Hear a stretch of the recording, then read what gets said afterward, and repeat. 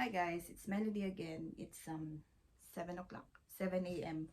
dito sa 7 o'clock dito sa London, but it's still very dark and sa labas. But anyways, I would like to share with you kung paano akong nakapasa sa IELTS exam. So a quick background. Noong 2015, I took the IELTS exam back home sa Baguio. And then unfortunately, I didn't get the target score that I wanted. Nung time na yon, we needed to get a score of 7 for all categories and an overall band score of 7. So nung time na yon, listening, reading, writing, and speaking, dapat ang makuha mo is a band score of 7. So nung first attempt ko was in 2015, where I got a score of 6.5 on my writing exam.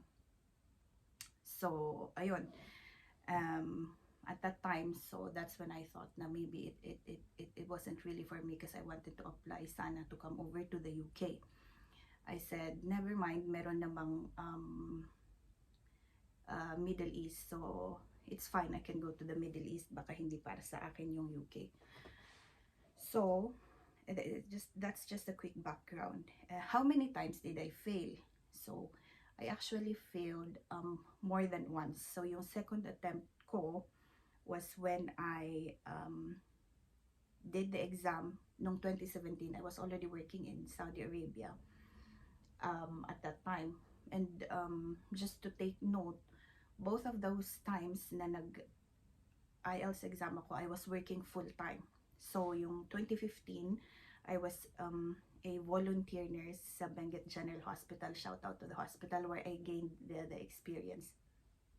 hospital experience that I needed to be able to work overseas. So, yung shift namin nung time na yun was 8-hour shift. So, you do, if I remember correctly, 3 days work, 1 day off, and then you come back for another 3 days of doing the shift. Ayun. So in 2017 naman, I was already working as a full-time outpatient nurse sa Saudi Arabia.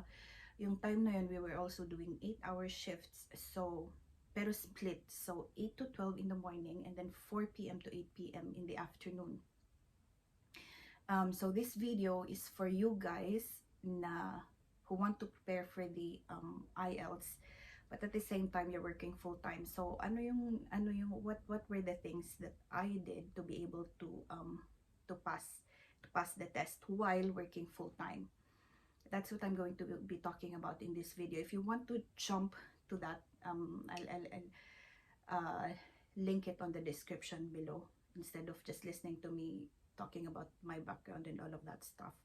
So the third time was when I got my target scores that I did again when I was in the Philippines. I was on vacation nung time na yon.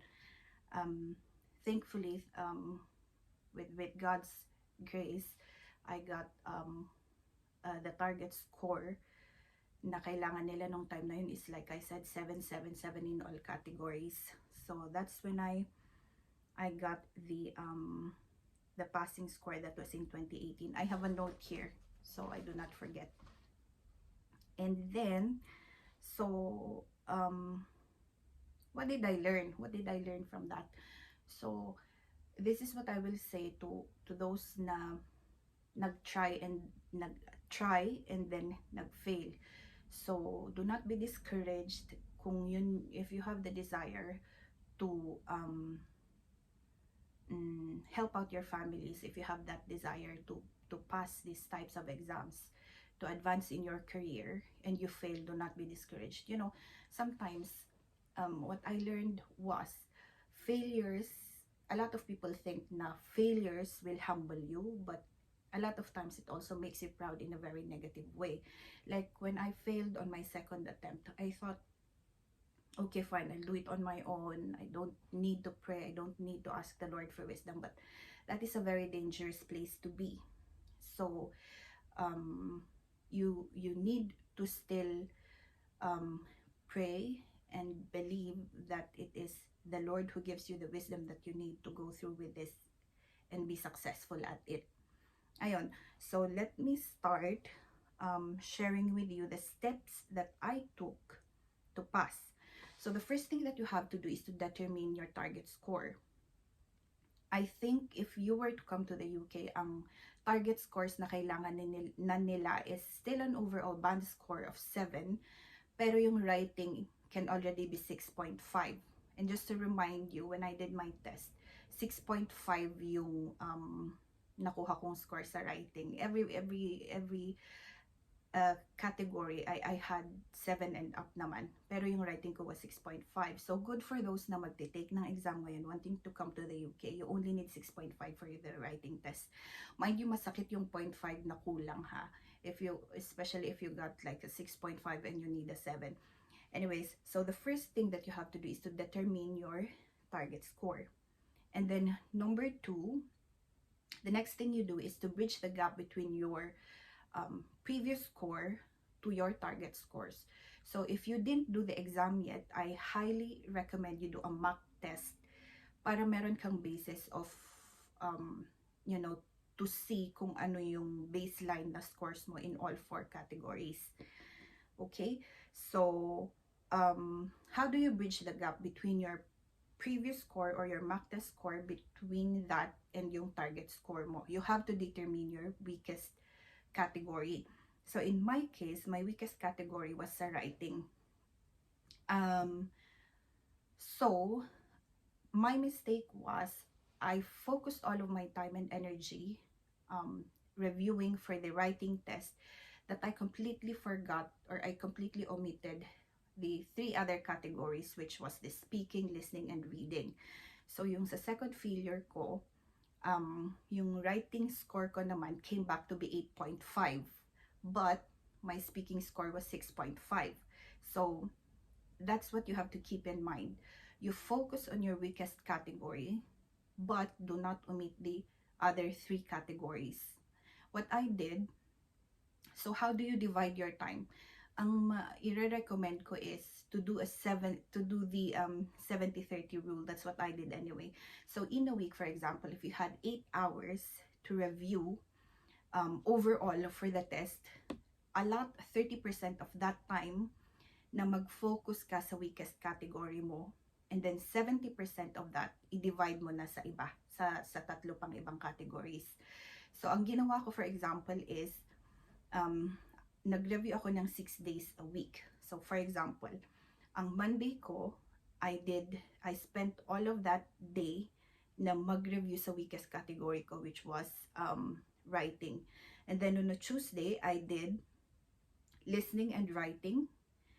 On a Wednesday, I did reading and speaking. And then ulit lang. And then Thursday, listening and writing ulit, review mo. And then Friday, reading and speaking.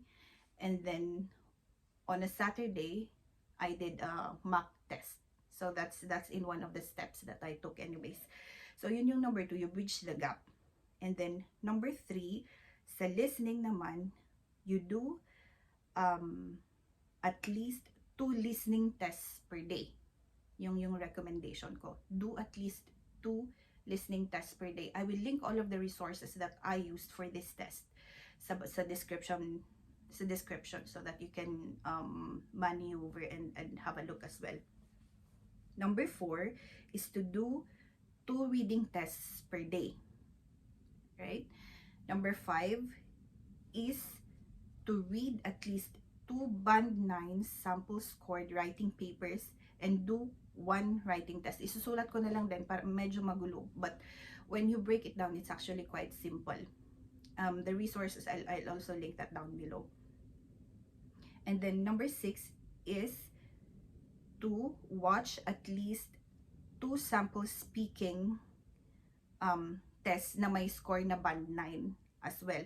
So people ask, why band 9? Bakit yung ipapractice mo sa writing or yung babasahin mo sa writing and yung papanoorin mo sa speaking, bakit kailangan band 9? Band 7 lang naman yung kailangan ko. So I think sometimes it's better to be over prepared than under. So kung kunyari you got an 8.5 and your target score was 7, hindi ba mas maganda yon? At least meron kang allowance. Meron kang allowance to, you know, um, give yourself that, ano na, okay, I'm preparing for 7, but if I can get an 8.5, why not? Right? And then other questions were, how did you get a feedback kung hindi ka naman nag-enroll sa test center? Like I said, I was working full-time and I was in the Middle East. I was in Saudi Arabia at that time. So, wala pa masyadong, siguro nung time na yun, hindi pa masyado yung online lessons. You have to like really be face-to-face with an instructor. So, I didn't. So, wala akong feedback at that time for my writing when I did my writing tests. Pag nagre-review ako, wala din akong feedback sa speaking.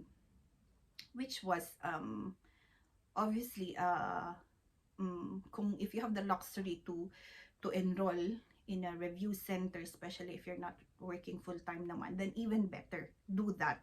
Ang ginawa ko lang was, my friend actually recommended a speaking instructor, IELTS instructor, sa Baguio din at that time. And I did a one-on-one with her 1 week before my actual test. So, dun lang ako nagkaroon ng, nabigyan ng feedback na sabi ng instructor, I talk too fast daw.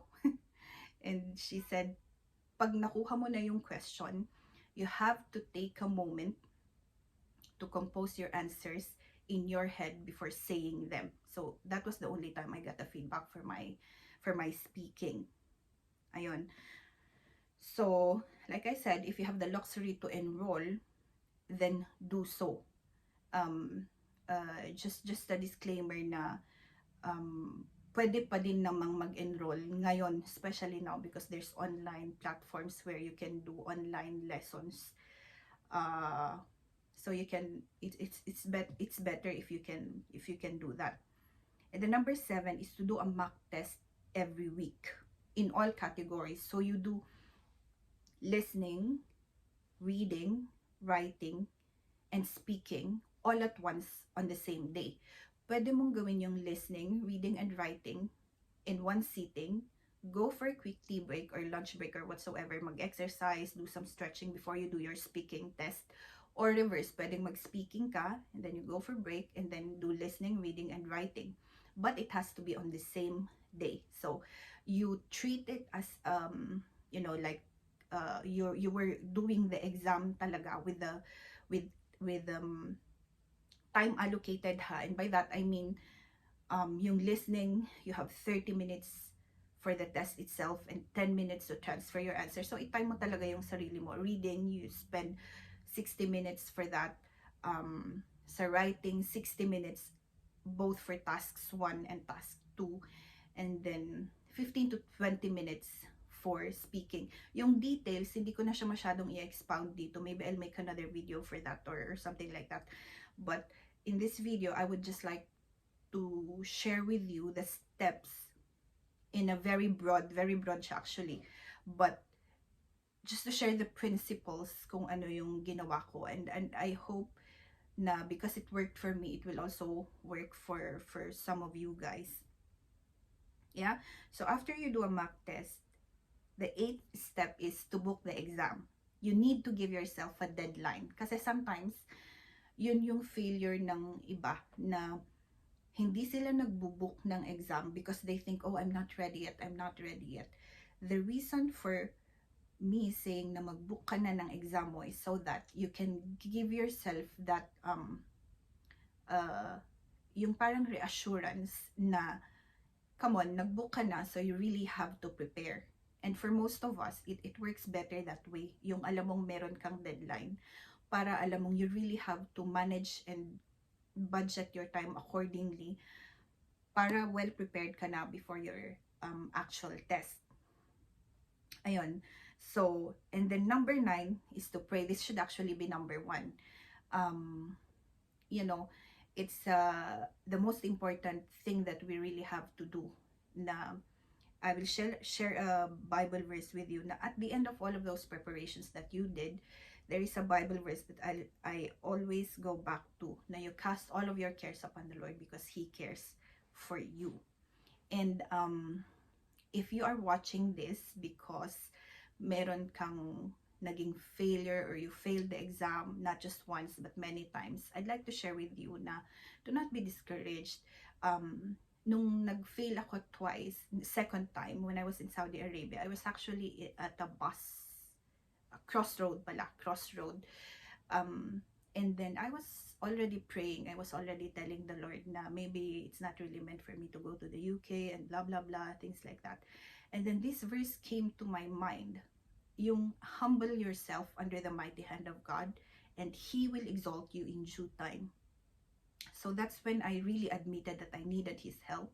I really admitted that I needed His wisdom. Kasi like I told you before, na yung failure can actually make you proud in a very negative manner. So yun yung nangyari sa akin. I humbled myself. I really had to pray and believe that the Lord is going to guide me through the journey. So there you go. I will quickly summarize the steps that I did. Number 1 is to determine your target score. Number 2 is to bridge the gap between your previous score and your target score. Number 3, do at least 2 listening tests per day. Number 4, do at least 2 reading tests per day. Number 5, read at least 2 samples ng Band 9 writing papers and do 1 writing test per day. Number 6, watch at least 2 samples of Band 9 speaking answers and do 1 speaking test. Number 7 is to a mock test every week for all categories. Number 8 is to book your test. And then number 9 is to pray. Ayun. So, have a nice day. Thank you.